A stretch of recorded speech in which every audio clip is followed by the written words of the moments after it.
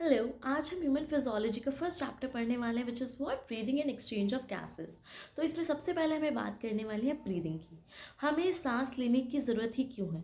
हम सांस इसलिए लेते हैं ताकि हम अपनी बॉडी के अंदर फूड का ब्रेक डाउन कर सकें, क्योंकि वो ब्रेक डाउन ऑक्सीजन की प्रेजेंस में ही होता है। इतना समझ में आ गया? How breathing is different from the respiration. Breathing is just a small term and it is just a part of the respiration. Okay, respiration includes 5 steps. पहला आता है आपने ब्रीदिंग, दूसरा करा एक्सटर्नल रेस्पिरेशन, तीसरा होता है ट्रांसपोर्ट ऑफ गैसेस, चौथा होता है इंटरनल रेस्पिरेशन और पांचवा होता है सेलुलर ब्रेकडाउन।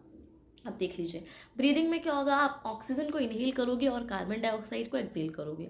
अब वो एयर कहाँ जा रही है? आपके एल्वियोलाई में गई। अब एल्वियोलाई से उस एयर को कहाँ जाना है? कैपिलरी में। जो कैपिलरी लंग्स के पास होती है उसे आप बोलते हैं पल्मोनरी कैपिलरी। अब उनके बीच में डिफ्यूजन होगा, इसी को बोलते हैं एक्सटर्नल रेस्पिरेशन। अब वो आ गई पल्मोनरी कैपिलरी में ऑक्सीजन। अब उस ऑक्सीजन को कहाँ जाना है? आपके टिश्यू तक, तो ट्रांसपोर्ट होकर जाएगी। तो तीसरा स्टेप होता है ट्रांसपोर्ट। चौथा आता है इंटरनल रेस्पिरेशन। टिश्यू तक ट्रांसपोर्ट तो हो गई, अब उसे टिश्यू के अंदर भी जाना है, तो क्या होगा? Internal respiration. वो किसके बीच में आता है? Systemic capillary. सिस्टमिक वर्ड आता है टिश्यूज़ के लिए, तो जो कैपिलरी टिश्यूज़ के आसपास होती है उनको क्या बोलते हैं? Systemic capillary. वहाँ से डिफ्यूज़ होकर चीज़ें कहाँ जाने वाली है? टिश्यू में।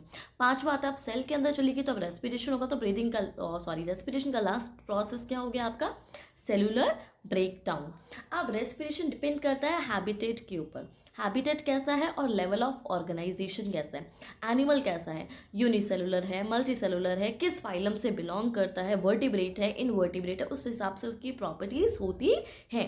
उसके पास लंग्स हैं या नहीं है, या गिल्स के थ्रू कर रहा है, एक्वेटिक है। लेवल ऑफ ऑर्गेनाइजेशन में भी दो चीज़ें आ गई। पहला आता है जो लैंड पे होते हैं वो लंग्स के थ्रू करते हैं रेस्पायर, और जो वाटर में होते हैं वो ब्रैंकियल रेस्पिरेशन करते हैं।